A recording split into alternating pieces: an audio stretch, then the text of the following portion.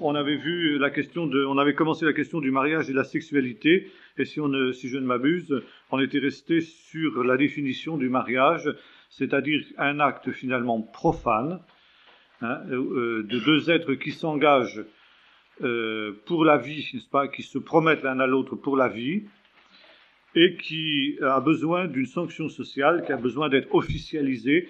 Et finalement, la Bible ne nous donne aucune donnée précise sur la manière dont doit se faire cette officialisation.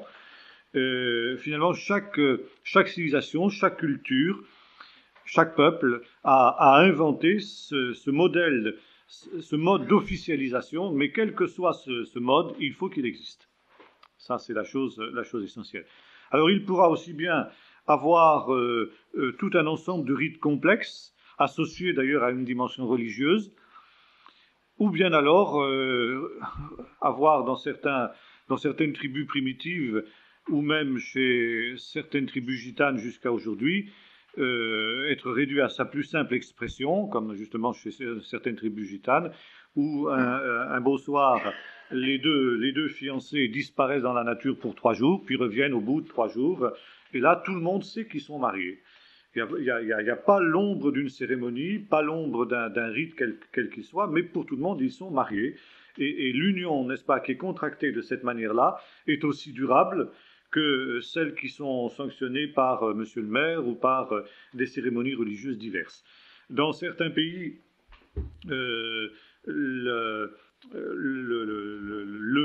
comment dirais-je, l'ecclésiastique qui opère le mariage, par exemple dans les pays anglo-saxons, fait aussi office d'état civil. C'est pareil dans les pays scandinaves, n'est-ce pas?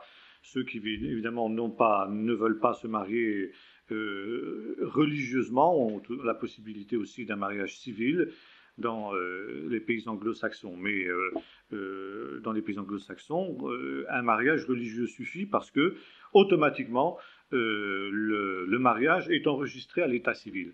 La France, qui vit sous le régime de la séparation de l'Église et de l'État, a un acte public qui est justement le mariage civil, le mariage devant le maire ou celui qui en tient lieu, l'officier d'état civil, n'est-ce pas, qui est obligatoire, et la cérémonie religieuse vient en plus, n'est-ce pas, pour ceux qui sont croyants. Bon, peu importe, finalement, tout ça, ce sont des accommodements. Mais ce qui est important, c'est qu'il y ait justement cette sanction de l'État, de la société plutôt que de l'État d'ailleurs, n'est-ce pas, qui fait qu'il y a une officialisation du mariage pour qu'on sache qui est la femme de qui, et puis qui sont les enfants de qui.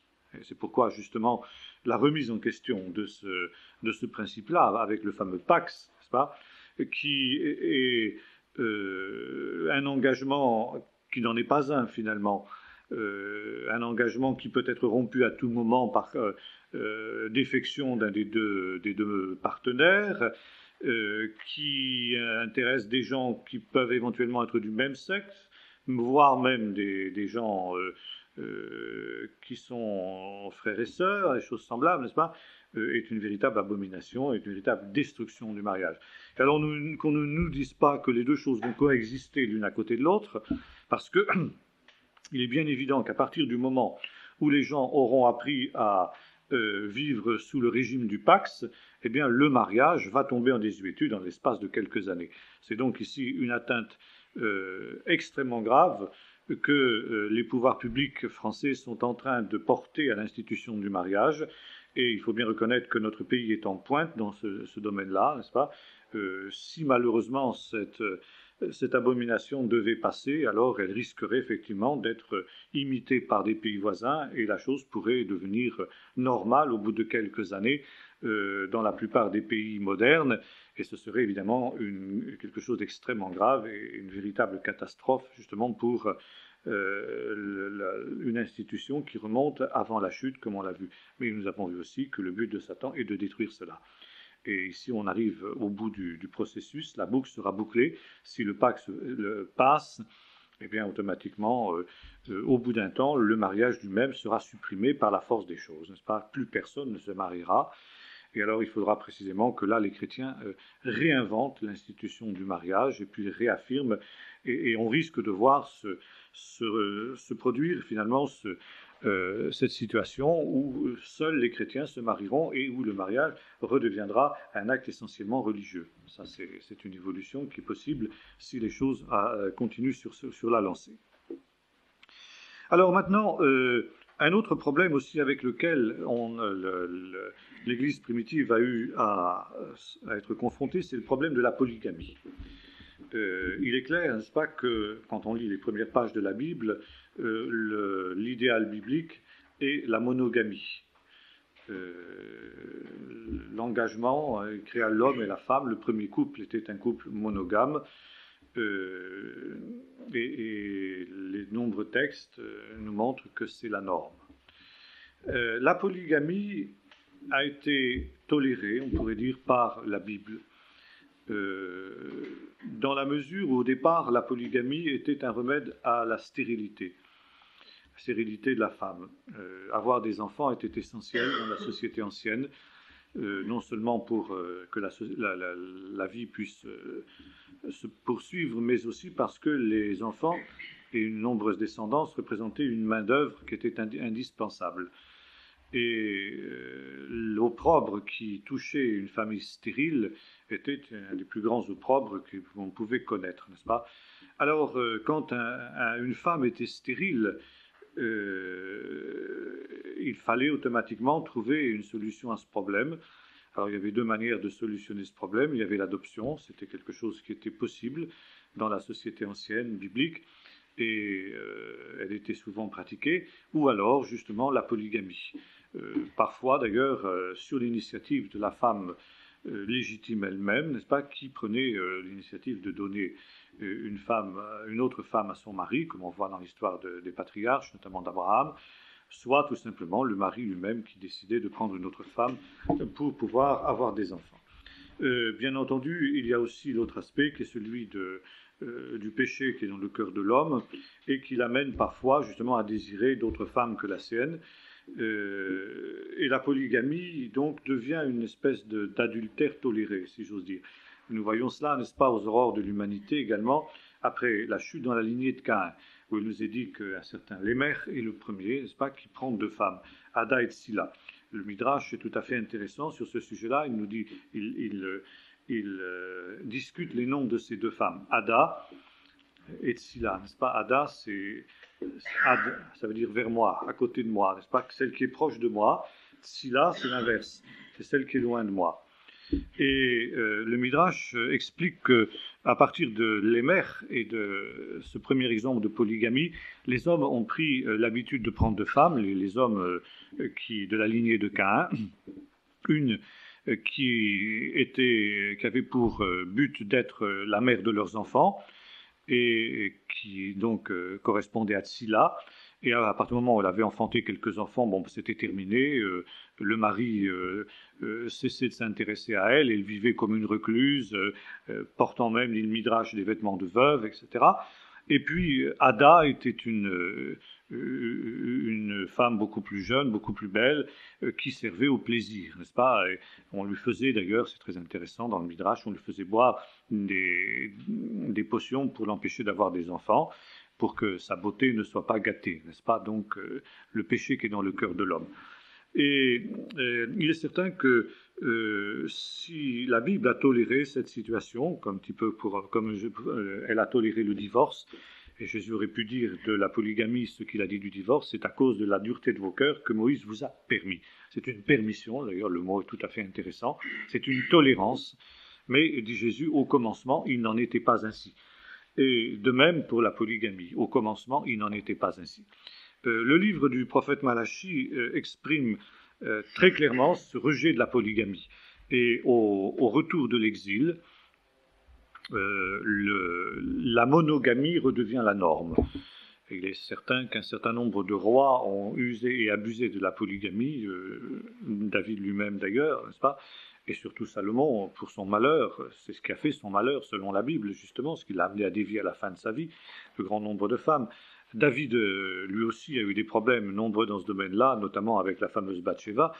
Et Bon, c'est certain que là, c'était une tolérance beaucoup plus que quelque chose que Dieu a prouvé véritablement. Au retour de l'exil, donc, disons-nous, c'est terminé. Et le prophète Malachie dit, de la même manière que nous avons un seul Dieu, de la même manière, nous devons avoir une seule femme. Parce que l'union avec Dieu, l'alliance avec Dieu, n'est-ce pas, est l'image de l'alliance passée avec la femme. D'ailleurs, épouser une femme dans l'Ancien Testament, c'est conclure avec elle une alliance. C'est entrer dans l'alliance, brit, n'est-ce pas? L'hébreu dit littéralement couper une alliance. Pourquoi? Parce qu'on tranchait des animaux par le milieu, comme on voit dans le texte de Genèse 15. Et l'alliance conclue avec la femme de ta jeunesse, dit le livre du prophète Malachie, est une alliance qui est irrévocable, tout comme l'alliance avec Dieu est irrévocable. Il y a un parallèle qui est fait entre l'alliance entre Dieu et Israël, qui est l'alliance conclue au mont Sinaï, n'est-ce pas, qui est une alliance irrévocable, même à cause de l'infidélité d'Israël, et puis l'alliance avec la femme. D'ailleurs, déjà le prophète Ézéchiel avait pris cette image dans les fameux chapitres où Jérusalem est dépeint sous l'image d'une femme prostituée, d'une femme infidèle, et le rituel du mariage à cette époque-là est évoqué par le prophète. Je te couvris de mon vêtement et je conclus une alliance avec toi et je déclarai que tu es à moi.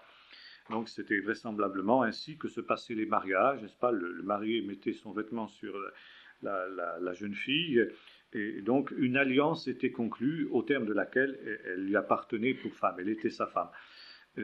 C'est une véritable, d'ailleurs, il y a une espèce de... Le mot hébreu Baal signifie aussi le maître, le seigneur, n'est-ce pas? Le mari et le seigneur de la femme. Et donc il y a ici un parallèle qui est fait entre l'alliance entre Dieu et Israël et le mariage. Parallèle qu'on retrouve chez saint Paul, bien sûr, vous le savez, dans le fameux texte de Éphésiens 6, où le mariage est comparé justement à l'amour du Seigneur, à l'alliance entre Jésus et l'Église, et Paul dit ce mystère est grand, je dis cela par rapport au Messie et à l'Église, n'est-ce pas? Et conclusion, que chacun ait sa femme.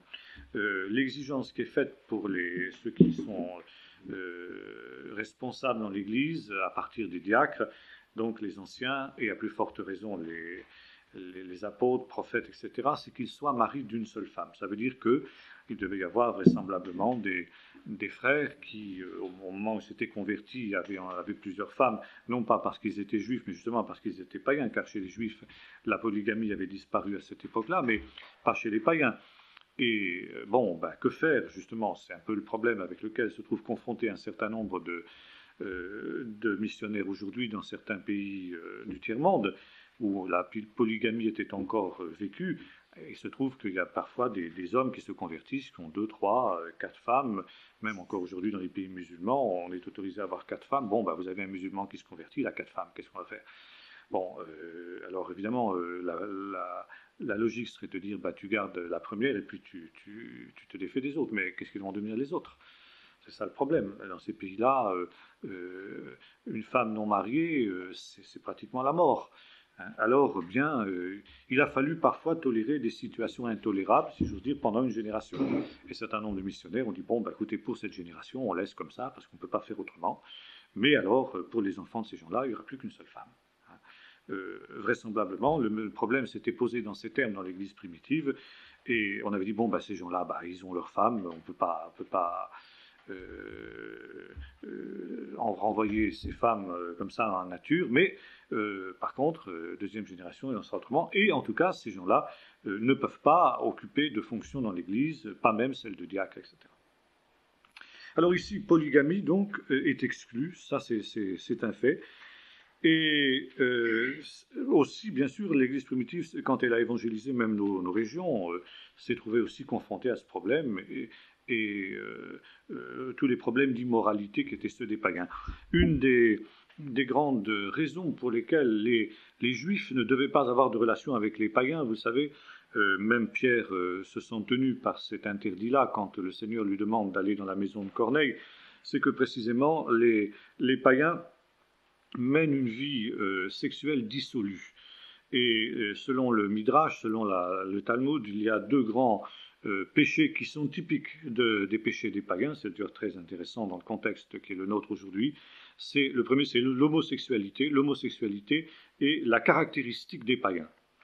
Les païens mènent une vie dissolue en ce que, précisément, ils pratiquent cette abomination qui est une abomination les pires que l'on puisse concevoir pour un juif, n'est-ce pas, l'homosexualité. Paul reprend d'ailleurs exactement cela dans le deuxième chapitre des Romains, disant le propre des païens, justement, que vous étiez, vous, auquel j'adresse cette lettre, n'est-ce pas, avant votre conversion, eh bien c'est que justement l'idolâtrie qui est la leur les conduit à l'homosexualité. Il y a une filiation directe dans le Midrash, n'est-ce pas, entre l'idolâtrie et l'inconduite sexuelle. C'est parce que les païens sont idolâtres qu'ils pratiquent justement toutes sortes de dérèglements, en particulier celui de l'homosexualité. Le deuxième crime qui est un petit peu moins grave aux yeux des juifs, mais qui est quand même qui vient juste après, c'est justement les relations sexuelles incestueuses. Celles qui sont par exemple condamnées par le Lévitique chapitre 26, si je ne m'abuse, et précisément avec le Pax, on voit reparaître à fond ça. C'est une épreuve, s'il en était besoin encore, que votre société retourne au paganisme. Et retourne au paganisme parce qu'elle s'est tournée aussi vers l'idolâtrie, et l'idolâtrie dans ce qu'elle a de pire, c'est-à-dire l'athéisme. L'athéisme, pour la Bible, est une forme d'idolâtrie. L'insensé dit dans son cœur, il n'y a pas de Dieu. Et Paul dit ça, la perfection de Dieu se voit à l'œil nu. Par conséquent, n'est-ce pas, se vantant d'être sages, ils sont devenus fous. Et ils sont allés jusqu'à donc nier ces perfections-là. Et le résultat, Dieu les a livrés à leur sens réprouvé pour qu'ils commettent des choses abominables, homme avec homme, femme avec femme, etc. Enfin, vous connaissez le texte de Romains, chapitre 2, dans ce domaine-là. Alors, l'Église primitive s'est trouvée confrontée à ce problème. Il fallait réglementer un peu les choses et amener les gens à vivre une vie beaucoup plus conforme avec ce que l'Écriture sainte enseigne.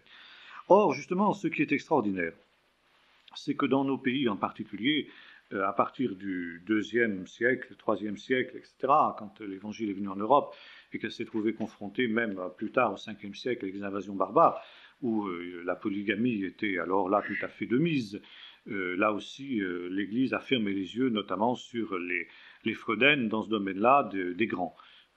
Clovis était marié avec une chrétienne, Clotilde, mais enfin Clotilde était souvent trompée, n'est-ce pas, un roi si chrétien, n'est-ce pas, méritait bien qu'on ferme les yeux sur ces petits écarts, et l'Église catholique s'y est employée.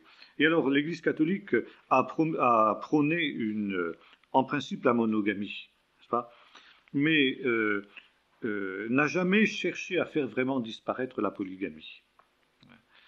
Et ça, c'est extrêmement grave. Finalement, l'Église catholique a toléré le concubinage à partir du moment où, justement, il n'était pas sanctionné par un sacrement. Et pendant tout le Moyen-Âge, les cas de concubinage étaient extrêmement nombreux. Concubinage souvent des prêtres, d'ailleurs, n'est-ce pas, et des prélats. Concubinage aussi des serfs, des petites gens, concubinage des seigneurs.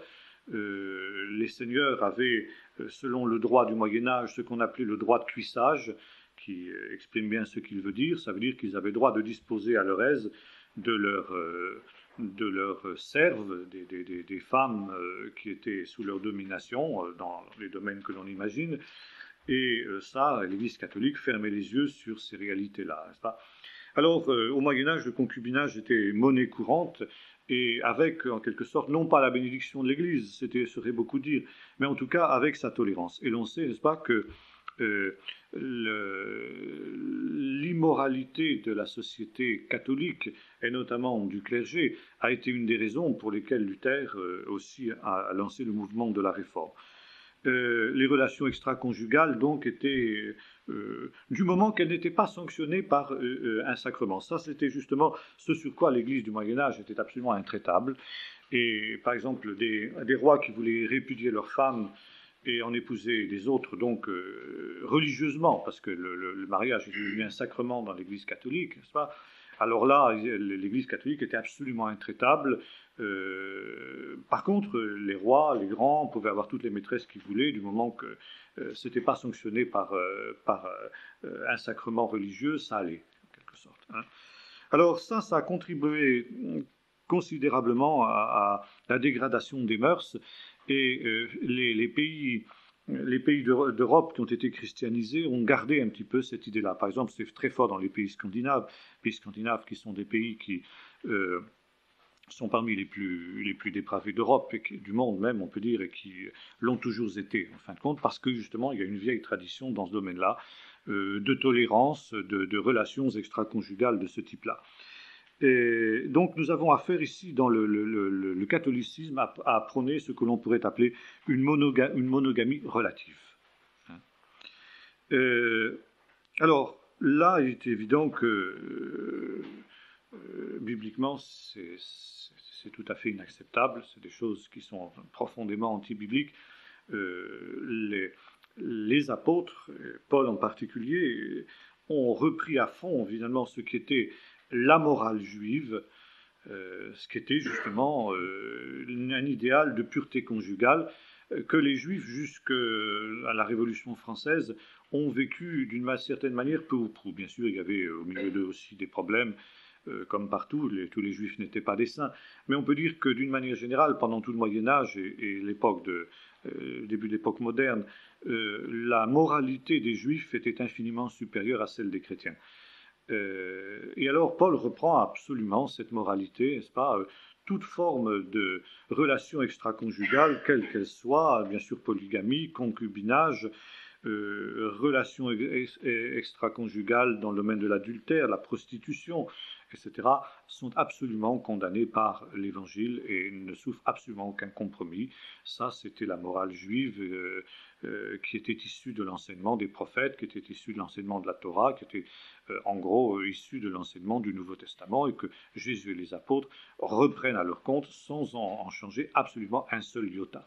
Et une des conditions que l'on met pour accepter les païens au sein de l'Église, vous savez, au moment du Conseil de Jérusalem, dans Acte 15, outre qu'ils s'abstiennent des animaux étouffés, du sang, etc., qu'ils s'abstiennent de l'impudicité, de la pornéia, dit le texte grec, c'est-à-dire justement de toutes ces choses, de toute l'inconduite sexuelle, dans quelque domaine que ce soit, c'est pas qu'ils mènent une vie conjugale normale, et de nombreuses exhortations sont données dans les épîtres à des gens qui en avaient besoin, parce que justement, eux, ils n'avaient pas été habitués à cela. Et Paul le rappelle, par exemple, aux Corinthiens, vous étiez autrefois, justement, homosexuels, pour certains d'entre vous, comme ci, comme ça, vous viviez en toutes sortes de dérèglements, mais vous avez été lavés, mais vous avez été sanctifiés par le sang de Jésus et par l'Esprit de notre Dieu, et par conséquent, menez maintenant une vie sainte.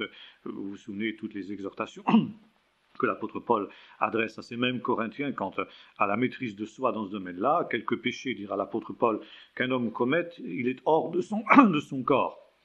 Mais celui qui commet la pornéia, n'est-ce pas, pêche contre son propre corps, qui est le temple du Saint-Esprit. Et par conséquent, si quelqu'un détruit de cette manière le temple du Saint-Esprit, eh bien Dieu le détruira, n'est-ce pas ? Il n'aura pas de part, donc, au royaume de Dieu. Et c'est la raison pour laquelle chacun doit posséder justement son propre corps dans la pureté, nous dira l'apôtre Paul. Et c'est pourquoi fuyez la pornéia, dira l'apôtre Paul. Il montre que la pornéia, c'est-à-dire justement ce qu'on traduit par l'impureté, l'impudicité sous toutes ses formes, est un des plus graves péchés justement que le chrétien puisse connaître. Or aujourd'hui, justement, dans la mesure où il y a déculpabilisation de ces choses, entre guillemets, n'est-ce pas, et où au contraire il y a une revendication, d'ailleurs c'était tout à fait typique de mai 68, et a éclaté contre une révolte contre ce qu'ils appelaient les tabous sexuels, n'est-ce pas. Mai 68 a éclaté au moment où on a voulu interdire que les jeunes filles rejoignent les garçons dans les chambres, dans les dortoirs de garçons. À ce moment-là, il y avait des dortoirs de garçons, des cités universitaires pour les garçons et des chambres universitaires pour les filles dans des bâtiments séparés. Et la première revendication de mai 68, c'était justement que les uns et les autres aient le droit d'aller dans les chambres des autres. Donc pour la pornéia, vraiment, quoi. Et donc, faites l'amour, pas la guerre, c'était le slogan de mai 68, etc. Bon, la libération sexuelle, bien, c'était à la base de la révolution de mai 68, et maintenant c'est un fait acquis.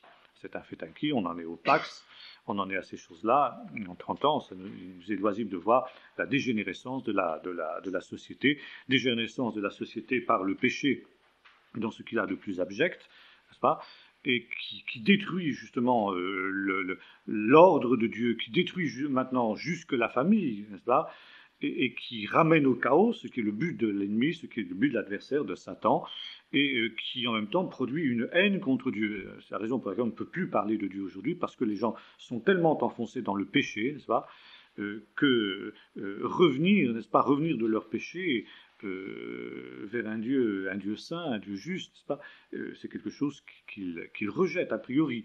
Et par exemple, je lisais un livre ces derniers temps sur les codes de la Bible, montrant, un grand savant a fait une enquête là-dessus, montrant que maintenant, au point de vue statistique, on arrive à des certitudes qui frisent l'absolu sur le caractère inspiré, le caractère miraculeux de ces codes, mais les gens n'en veulent pas. Pourquoi ils n'en veulent pas? Parce que justement, ça les amènerait à vouloir se détourner du péché, n'est-ce pas? Ils n'en veulent pas, tout simplement. Hein. Et c'est vrai dans tous les domaines, parce que justement, le péché éloigne de Dieu la société tout entière. Et la société tout entière, justement, est marquée par la pornéia aujourd'hui. Le mot pornéia a donné le mot pornographie. Pornographie est aussi une forme, justement, de cette impureté. La pornéia, c'était aussi la prostitution en grec, n'est-ce pas? La prostitution montrée. Il est évident que ces filles qui s'exhibent, et maintenant aussi des garçons, malheureusement, sont des prostituées au sens profond du terme, qui vendent leur corps pour de l'argent. C'est exactement la définition de la pornéia, de la prostitution.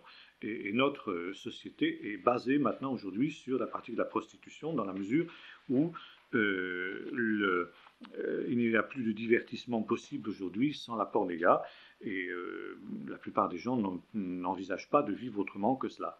Bon. Alors, automatiquement, le jugement de Dieu est imminent, dit l'apôtre Paul, quand on relit ce qu'il écrit dans le 2e chapitre des Romains. Et c'est la raison pour laquelle, justement, aujourd'hui, on veut apporter l'estocade finale en détruisant maintenant le mariage par le fameux Pax, et ce sont justement les débauchés, homosexuels en particulier, qui poussent dans ce sens-là. Autre moyen par lequel l'adversaire détruit l'ordre de Dieu dans ce domaine, c'est le divorce. Le divorce, il est prévu, si vous voulez, dans la Torah, et minutieusement codifié dans le judaïsme d'ailleurs, j'en sais quelque chose.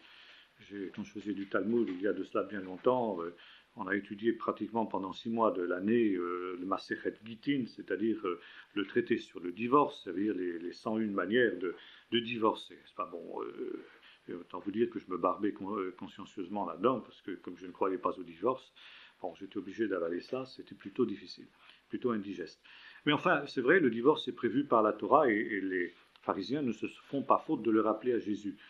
Et Jésus aura cette parole que vous connaissez, n'est-ce pas? Celui qui répudie sa femme, sauf pour cause de pornéia, justement le mot pornéia là est très important, l'expose à devenir adultère, et celui qui épouse une femme répudiée commet un adultère. Alors ça c'est la fameuse restriction mathéenne, qu'on ne trouve d'ailleurs que chez Matthieu, d'où justement l'expression de restriction mathéenne, et qui dit, bon, bah, s'il y a eu adultère, s'il y a eu inconduite dans ce domaine-là, on a le droit de répudier sa femme et d'en épouser une autre. Mais c'est une extrapolation, Jésus ne dit absolument pas cela. Il dit que celui qui répudie sa femme l'expose à devenir adultère. Pourquoi? Parce qu'elle va être prise par un autre. Et comme celui qui épouse une femme répudiée commet un adultère, eh bien ça veut dire que celui qui va épouser cette femme va commettre un adultère. Sauf si elle a déjà commis l'adultère. Si elle a déjà commis l'adultère, elle ne sera pas plus adultère en étant répudiée en étant épousée par un autre que ce qu'elle est. Elle l'est. Mais ça ne veut pas du tout dire que celui qui a été l'époux d'une femme adultère a le droit de répudier sa femme et d'en épouser un autre. Jésus dit exactement l'inverse. Celui qui épouse une femme répudiée commet un adultère. Et par conséquent ici, à partir de cette seule restriction mathéenne, établir, comme on le fait aujourd'hui, le droit quasiment illimité au divorce. Au début, n'est-ce pas, il y avait dans la théologie protestante, le catholicisme était beaucoup plus ferme, et il est beaucoup plus ferme jusqu'à ce jour dans ce domaine-là. N'est-ce pas?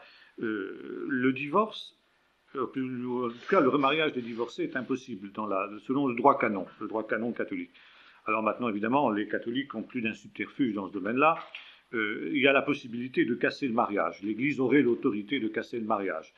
Et alors, il y a tout un tribunal dans chaque diocèse. Il y a des instances qui sont là justement pour juger de la validité ou de la non-validité d'un mariage. Bon, c'est vrai que dans certains cas, des mariages ne sont pas valides. C'est vrai que si un mariage n'est pas consommé, c'est vrai que, bon, s'il n'y a pas eu consentement mutuel, on peut discuter. Mais le catholicisme va beaucoup plus loin que cela, n'est-ce pas? Et ces histoires d'annulation de mariage permettaient aussi à parfois un certain nombre de gens bien placés de s'arranger aussi, n'est-ce pas? Bon. Mais enfin, ça mis à part, le catholicisme, il faut lui rendre cette justice, ça a été beaucoup plus ferme que le protestantisme en ce qui concerne le divorce. Et sauf justement ces cas d'annulation de mariage, dans la théologie catholique, le mariage est indissoluble. Dans la théologie protestante, au moins à partir du siècle dernier, on a considéré que ce qu'on appelait la partie innocente avait le droit de se remarier. Qu'est-ce que ça veut dire la partie innocente? Ça veut dire justement la partie qui était restée fidèle au contrat. À partir justement de cette restriction mathéenne en tout cas. Il faut dire que ça, c'était les églises historiques. Les églises évangéliques n'avaient pas accepté, du moins dans les premiers temps, justement, cette interprétation-là. D'ailleurs, parler de partie innocente, bon, c'est toujours un petit peu délicat. Est-ce que les choses sont toujours blanc-noir? Parfois, ça l'est, c'est vrai. Parfois, il y a des cas extrêmes, des cas tragiques, ça faut le reconnaître, n'est-ce pas? Donalgie a traité de ce problème, disant que c'est vrai, il y a quelquefois des gens qui sont lésés et qui doivent porter toute leur vie les conséquences justement de problèmes par rapport auxquels ils sont complètement innocents. Mais disait Donalgie, est-ce qu'on peut faire des exceptions pour ces cas-là? Est-ce que pour le bien d'un individu, n'est-ce pas? Enfin, le bien, l'avantage d'un individu, l'intérêt terrestre d'un individu, est-ce qu'on peut mettre en péril une institution tout entière, qui est l'institution du mariage? Car si le mariage est mis en cause par l'immoralité, la pornéia, comme nous disions tout à l'heure, il est mis en cause aussi par le divorce. Car finalement, le divorce revient à quoi? Eh bien, revient à un adultère légalisé. Car finalement, qu'est-ce que c'est? Au bout d'un moment où chacun répudie chacune, eh bien, c'est que, comme le dit Wilkerson, dans certaines églises américaines, on se trouve avec des 50% de la population de l'église qui est remariée, puis qui se retrouve à prendre la Sainte Seine, telle avec la femme de son frère, l'autre avec le mari de sa sœur, etc. Celle a été ma femme il y a 10 ans, et puis maintenant elle est ta femme. Par contre, ma femme était la tienne il y a 5 ans, etc. Et puis voilà, chacun, on change de femme, comme ça, parfois à l'intérieur d'une même église, ce qui est incompte, ce qui est absolument une abomination, bien sûr. Même dans la tradition juive, le divorce et le remariage ne peut être que quelque chose d'exceptionnel, mais il n'y a pas d'exceptionnel. Quand on ouvre la digue, elle s'ouvre, Jésus l'avait bien compris. C'est pourquoi Jésus, justement, dit jamais, dans aucun cas. D'ailleurs, Paul le rappelle dans la question que posent les Corinthiens, dans quelles conditions un homme peut-il répudier sa femme? C'est un des rares cas où l'apôtre Paul cite une parole de Jésus. Il est très rare que dans ses épîtres, Paul cite l'enseignement de Jésus, ou même des épisodes de la vie de Jésus. Mais dans le cas justement qui nous intéresse, 1 Corinthiens 7, il cite une parole de Jésus. Ce n'est pas moi, mais c'est le Seigneur qui dit ceci, que l'homme ne répudie pas sa femme. Et là, il n'y a pas de restriction aucune. N'est-ce pas? Et encore une fois, la restriction mathéenne ne peut pas se comprendre comme une autorisation au remariage. Au plus, n'est-ce pas, une autorisation à la séparation. On peut aller jusque-là. C'est le maxi. D'ailleurs, Paul dit ça aussi. Alors, il y a un deuxième point que Paul soulève justement dans ce chapitre 7 de la première épître aux Corinthiens. C'est lorsque dans le cas d'un couple mixte, ça veut dire où l'un des membres n'est pas croyant. Alors, les catholiques, là, déraillent. Tout à l'heure, c'était les protestants qui déraillaient sur le plan, justement, de la restriction mathéenne. Maintenant, ce sont les catholiques qui déraillent sur ce qu'ils appellent le privilège paulin. D'ailleurs, le mot est particulièrement mal choisi, le privilège paulin. Ça veut dire que si quelqu'un a est marié avec un non-catholique, il a le droit de répudier, de se séparer de ce non-catholique, et dans ce cas-là, il a le droit de se remarier avec un ou une catholique. C'est ce qu'on appelle le privilège paulin en droit canon catholique, n'est-ce pas? Quand on lit le texte de Paul, on voit que c'est une interprétation totalement erronée. Qu'est-ce que dit Paul? D'abord, il dit, si une sœur a un conjoint, un mari non-croyant, ou si l'inverse, un croyant a une femme non-croyante, qu'ils ne se séparent pas. Pourquoi? Parce que tu ne peux pas savoir, femme, si tu ne sauveras pas ton mari. Et toi, mari, si tu ne sauveras pas ta femme. Premier argument. Deuxième argument, parce que vos enfants sont saints. Autrement, ils ne le seraient pas. C'est assez mystérieux que ça veut dire les enfants sont saints. Bah, ça veut dire qu'ils sont gardés, si vous voulez, aussi longtemps qu'ils sont dans leur jeune âge, incapables d'assumer leurs responsabilités d'adultes, eh bien, ils sont au bénéfice de la foi du conjoint croyant. Ça veut dire que si le Seigneur revenait à ce moment-là, il serait enlevé. C'est comme ça que je comprends ce texte, en tout cas personnellement. Tandis que, s'ils sont sous la responsabilité du père non-croyant et que la femme s'est séparée, eh bien, ils sont plus, en quelque sorte, sous la protection du croyant. Bon, alors ça c'est le deuxième argument, donc ne vous séparez pas. Maintenant, il peut se faire, évidemment, que le non-croyant prenne l'initiative de la séparation. Il peut, parce qu'il n'est pas croyant, justement. Que faire dans ce cas-là? Eh bien qu'on se sépare, dit Paul. On ne peut pas retenir le non-croyant de force. Ou bien, si la vie à deux est impossible, parce que le non-croyant est un bonhomme épouvantable, le croyant n'est pas tenu, n'est pas lié, dit Paul littéralement. Louo, n'est-ce pas en grec, n'est pas lié dans ce cas-là. Il n'est pas tenu de vivre une vie d'enfer, c'est ça que ça veut dire. Il m'est arrivé dans mon ministère d'avoir des cas comme ça, n'est-ce pas? D'abord, c'est très souvent, malheureusement de plus en plus souvent, que des croyants sont abandonnés par leur mari incroyant ou leur femme incroyante, parfois même d'ailleurs un croyant qui cesse de l'être. Hein. Et bon, on connaît des cas comme ça, malheureusement. Bah, qu'est-ce que vous voulez? On ne peut pas attacher celui qui s'en va. Hein. Alors, bah, qu'on se sépare. Le croyant n'est pas lié. C'est-à-dire, il n'est pas tenu de continuer à habiter avec ça. Je me souviens de cas aussi, un bonhomme qui rendait la vie impossible à sa femme, qui était croyante, lui aussi en principe il l'était, mais enfin bon, sa conduite montrait que c'était pas tout à fait ça. Et alors sa femme disait, moi je peux plus, je suis battu, les enfants sont battus, j'ai peur pour les enfants, ils vont prendre un mauvais coup, etc. Il est violent, tout comme ci, comme ça, bon, qu'est-ce que je dois faire? Alors, elle dit, moi je connais la Bible, que le croyant ne se sépare pas, mais ça devient impossible. Alors bon, j'ai vu le mari, j'ai discuté plusieurs fois avec lui, il a promis tout ce qu'on a voulu, en général c'est ce qui se passe, mais bon, il n'en a absolument pas tenu compte, et cette femme est venue me dire un jour, je peux plus, bon, je lui ai dit, écoutez, vous n'êtes pas liés, la Bible nous dit, vous n'êtes pas liés. Et là, cette femme a pris l'initiative de la séparation, au nom de ce texte biblique, le croyant n'est pas lié. Maintenant, c'est là que un certain nombre, justement, de gens aujourd'hui dans les milieux évangéliques vont beaucoup trop loin.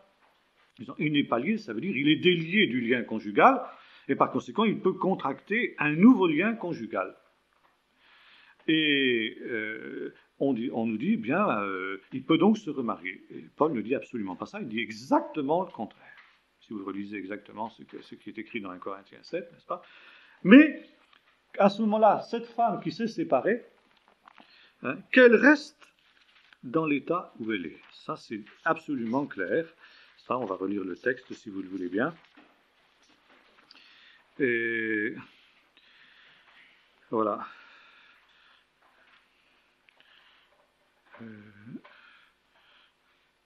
Voilà.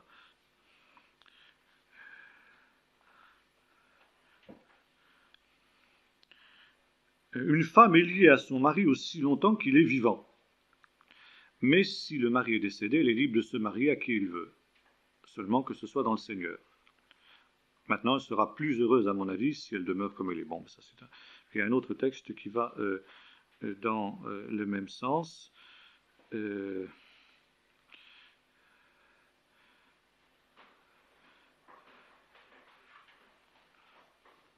Non, je crois que c'est essentiellement ce texte-là. Bon, en tout cas, c'est très clair, si vous voulez, que... voilà. À ceux qui ne sont pas mariés, je donne, pas moi, mes seigneurs, que la femme ne se sépare pas. Si elle est séparée, qu'elle demeure sans se marier, ou qu'elle se réconcilie avec son mari et que le mari ne répudie pas sa femme. Donc, verset 11. Qu'elle demeure sans se marier. C'est très clair. Je ne vois pas pourquoi on cherche mari à 14h, midi à 14h. Et alors, on voit de plus en plus de gens qui disent « Ah, ben oui, mais ma femme, comme ça, de toute façon, on s'est marié, on ne connaissait pas le Seigneur. » Vous avez des gens, tout simplement, qui maintenant, qui connaissent le Seigneur, se sentent la femme ne veut pas se convertir, ah ben je te quitte, je vais avec une sœur, n'est-ce pas ? Seigneur, donne-moi une sœur. Hein, une sœur en Christ. Alors on arrive à cette idée du mariage évangélique qui redevient un sacrement, n'est-ce pas ? Mais on n'était pas vraiment mariés parce qu'on ne s'était pas marié devant le Seigneur. Ça n'a rien à voir. On a vu tout à l'heure que le mariage, ce n'est pas d'être marié devant le Seigneur ou pas devant le Seigneur. Encore une fois, les gens se marient. Ils ne sont pas mariés par Dieu. Je répète toujours ça, on se marie. Ça veut dire on s'engage l'un vis-à-vis de l'autre. Et comme le dit le prophète Malachie, le Seigneur est témoin entre toi et la femme de ta jeunesse. Que tu le saches ou que tu ne le saches pas. Que tu le crois ou que tu ne le crois pas. Tu t'es engagé à la gitane, n'est-ce pas ? Eh bien, tu es marié. Hein ? Il y a eu sanction sociale, tu es marié. Tu es passé devant monsieur le maire, tu es marié. Allez, si on n'est pas passé devant monsieur le maire, ben, tu n'es pas marié. Eh oui, qu'est-ce que vous voulez ? C'est le concubinage. Alors là, on a le droit de se remarier ? Oui. On a le droit de se marier. Alors ça, c'est un peu, je sais, c'est un peu choquant. Hein ?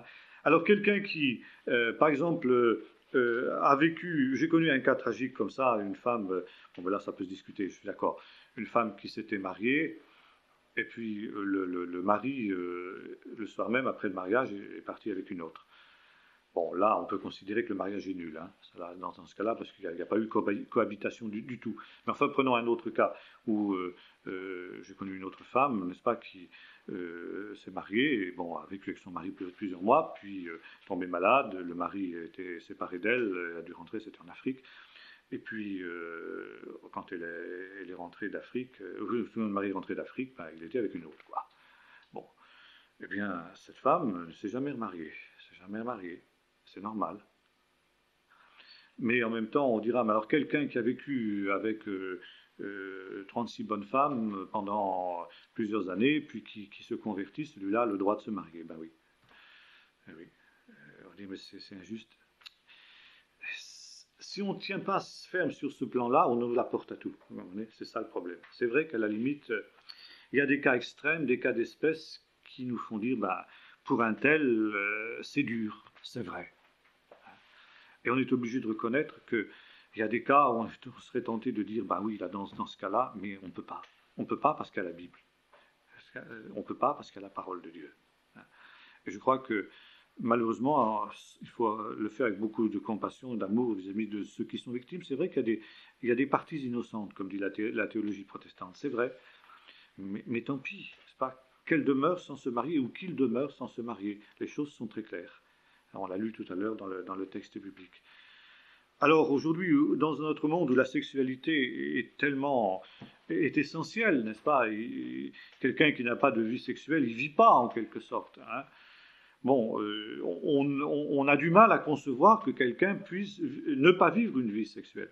Mais peut-être que c'est aussi notre rôle de chrétien de montrer que la sexualité, pour importante qu'elle soit, il n'est pas question de la minimiser, on l'a trop fait dans le passé, justement, et c'est une des raisons de l'excès dans lequel on tombe aujourd'hui, ça je l'ai dit la dernière fois, eh bien, pour importante qu'elle soit, la sexualité n'est pas le tout de la vie, et que certains, justement, peuvent faire don au Seigneur aussi de renoncer à toute vie sexuelle pour se consacrer entièrement au Seigneur, ce que Paul nous dit d'ailleurs dans le texte des Corinthiens, chapitre 7, qu'on lisait tout à l'heure, et qui nous amène maintenant, après avoir parlé du divorce, n'est-ce pas, le divorce qui très clair, bibliquement parlant, si la vie est impossible, eh bien on peut se séparer.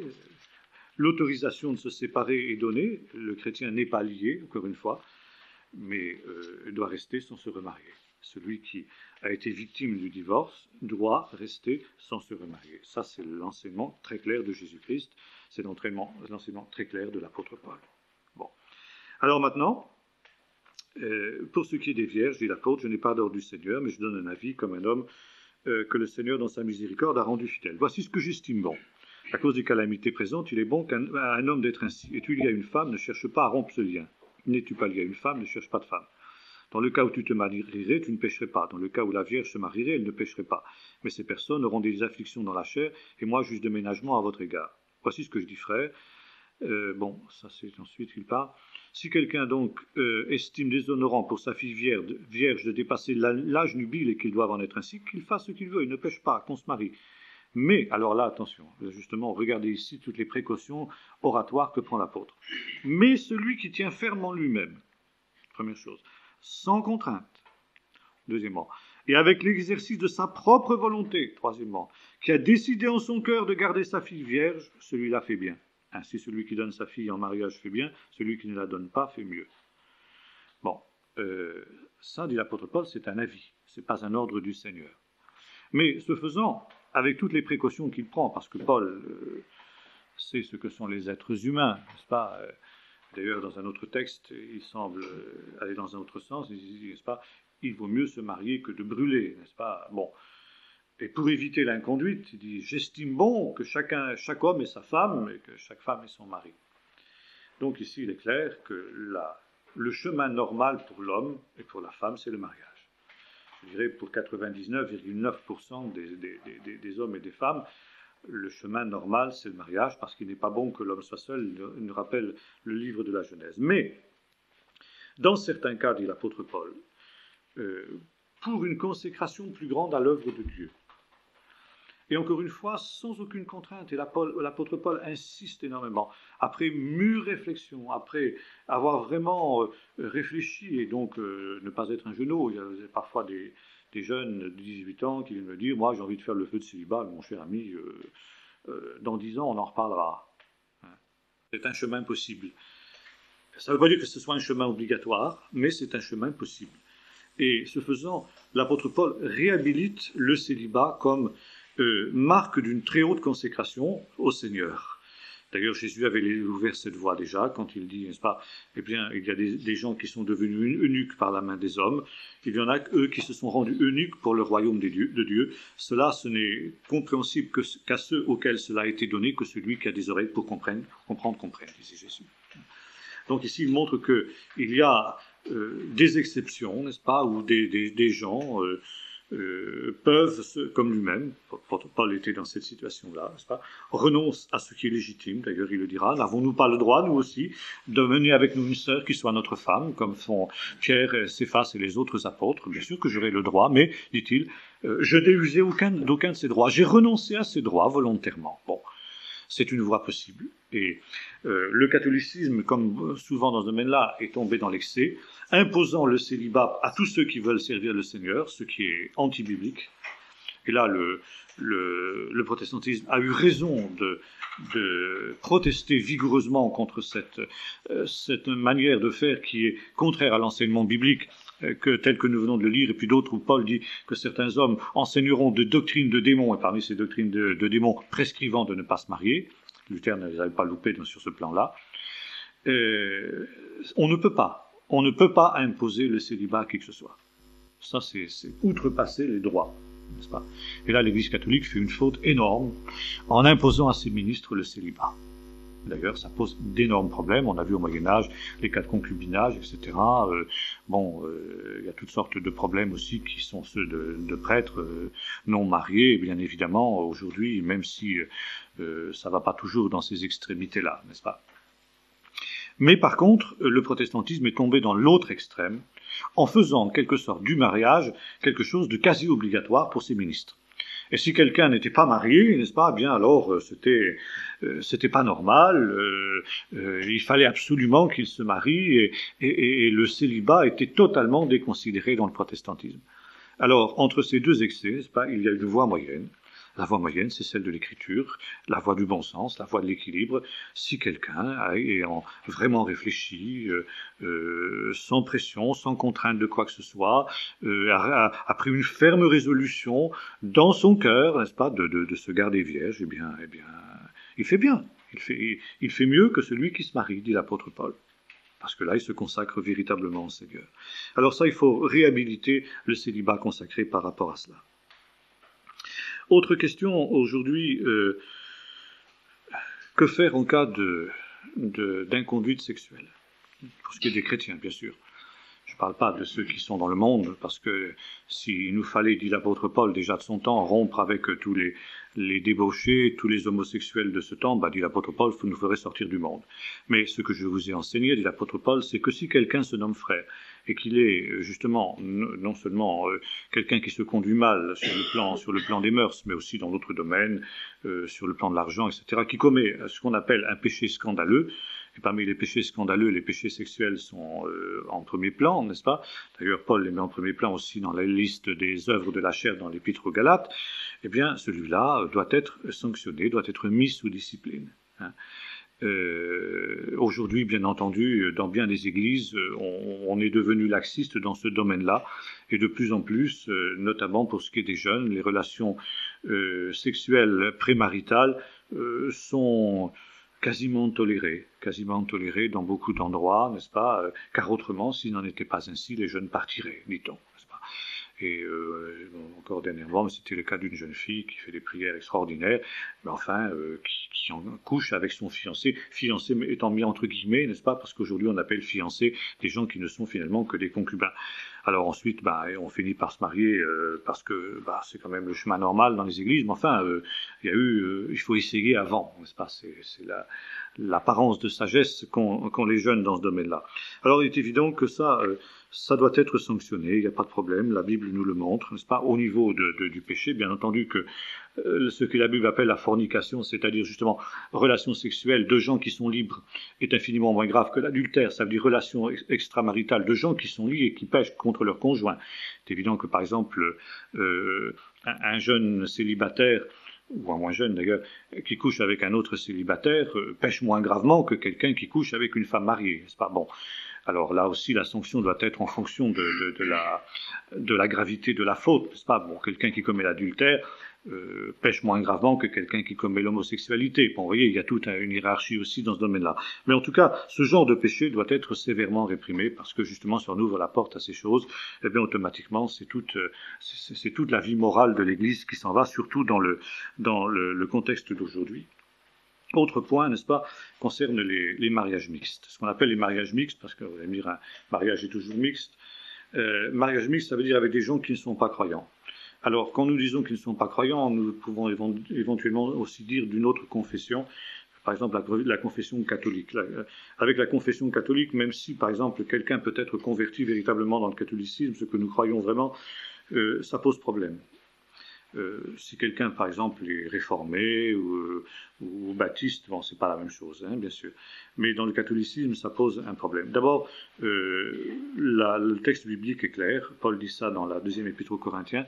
Ne vous mettez pas avec des étrangers sous un même joug. Et le texte que nous avons lu dans 1 Corinthiens 7 du conjoint inconverti nous montre tous les problèmes qui naîtront alors obligatoirement dans un mariage où l'un des conjoints est croyant et l'autre ne l'est pas.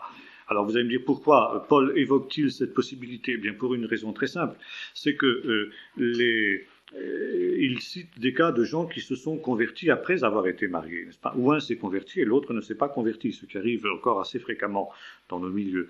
Et Paul dira à la fin, n'est-ce pas, si quelqu'un, une veuve par exemple, veut se remarier, elle est libre de le faire avec qui elle veut, n'est-ce pas, parce qu'elle n'est plus maintenant, elle n'est plus liée à son mari, elle est déliée par la mort, mais par contre, n'est-ce pas, que ce soit dans le Seigneur, ça veut dire que ce soit avec quelqu'un qui croit, avec un croyant.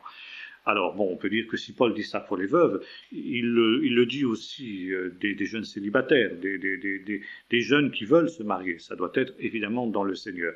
Et ça, c'est une norme qu'il nous faut aussi absolument maintenir, n'est-ce pas?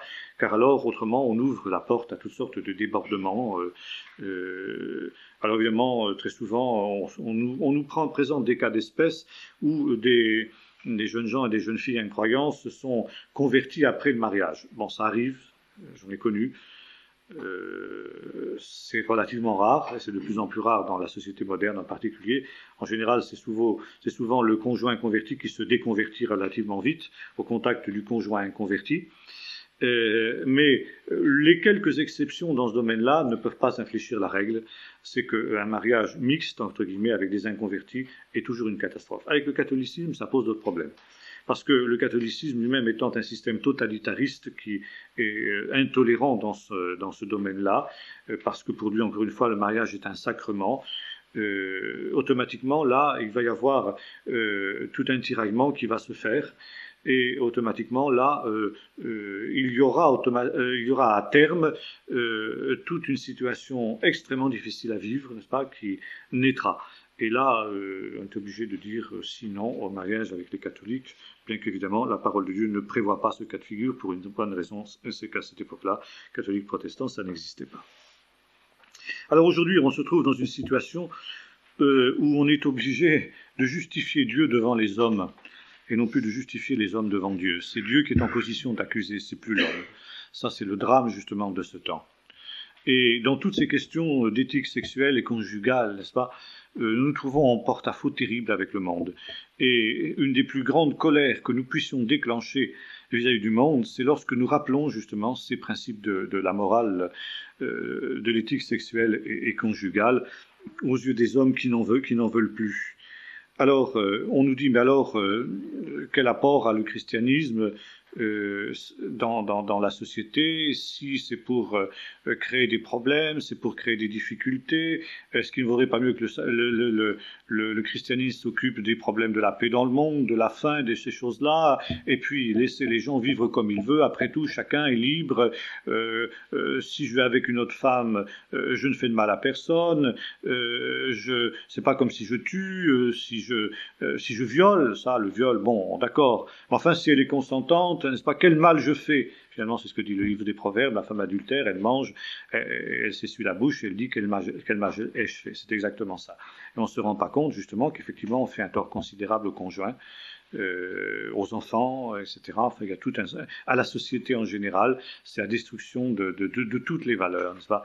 Alors ça, le monde a du mal à le comprendre. Et aujourd'hui, c'est Dieu qui est en position d'accuser, le Dieu justement qui existe ces choses-là, qui est en position d'accuser et qu'il faut justifier aux yeux des hommes. Et ça devient une tâche de plus en plus difficile aujourd'hui. Parmi toutes les nombreuses questions controversées, on le voit avec Jean-Paul II, qui précisément sur ces choses-là est extrêmement ferme et qui est en position d'accuser justement parce que il défend ces choses. Alors ça, c'est un des points cruciaux de notre combat aujourd'hui, n'est-ce pas? Garder haut et fort justement les valeurs qui sont celles de la Bible, qui étaient celles du peuple juif à l'époque de Jésus, et dans lesquelles, en tant que chrétiens, nous, greffés sur l'olivier d'Israël, nous sommes entrés. Hein.